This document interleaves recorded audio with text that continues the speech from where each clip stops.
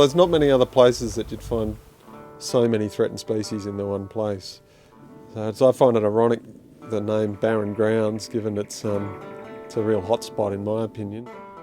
I also think the landscape that this reserve occurs in is really suitable to conservation in that it's a plateau sitting surrounded by sheer walls and cliffs, and I think some of that may well provide a little bit of an island effect.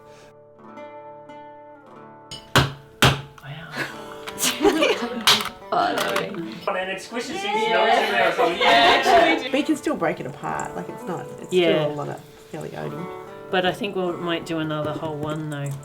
Okay. Because we'll use it for the rest of the week anyway. So.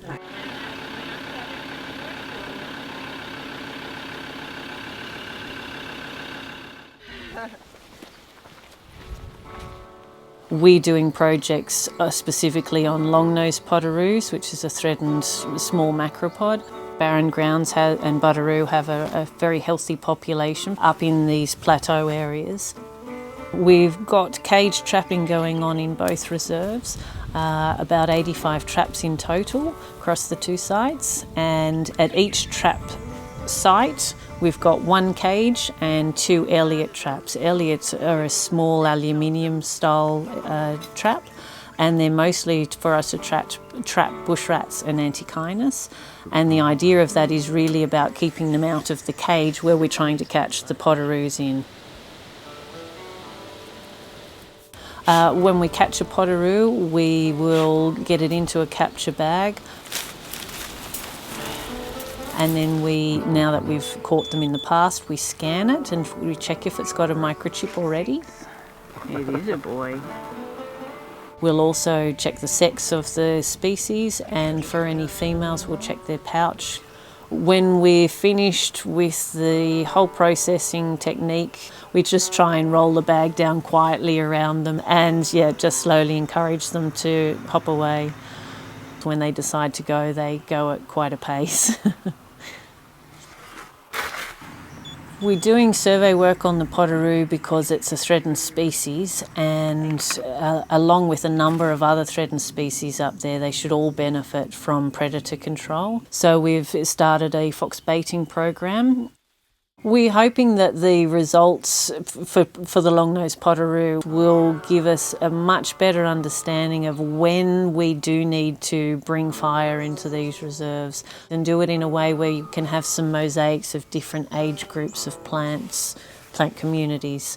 So there's always some really good old quality heath there for the long-nosed Budderoo to use, as well as some newer patches.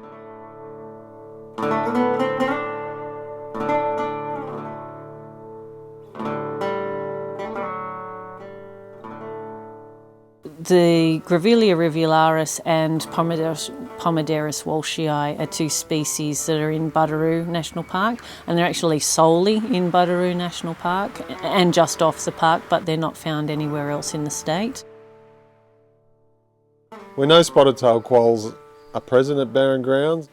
We don't know much about how many there are, but we're just setting up now a monitoring program to track the population over time. We're putting cameras in to set up a long-term monitoring program, and across the reserve we'll have between 20 and 30 cameras that will record what comes into a chicken bait lure, and spotted-tailed quolls are the thing that we want to be seeing.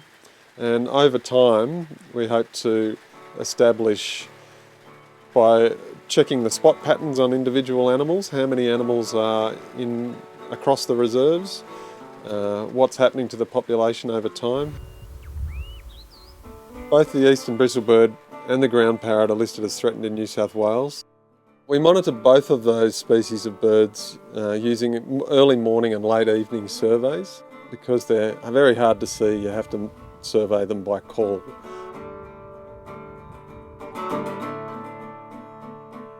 It's really heartening when you're looking through the images and you see one species followed by another species, followed by another species, all following around in the same habitat, one after the other, and a great place with a really thriving natural ecosystem and mammal community running.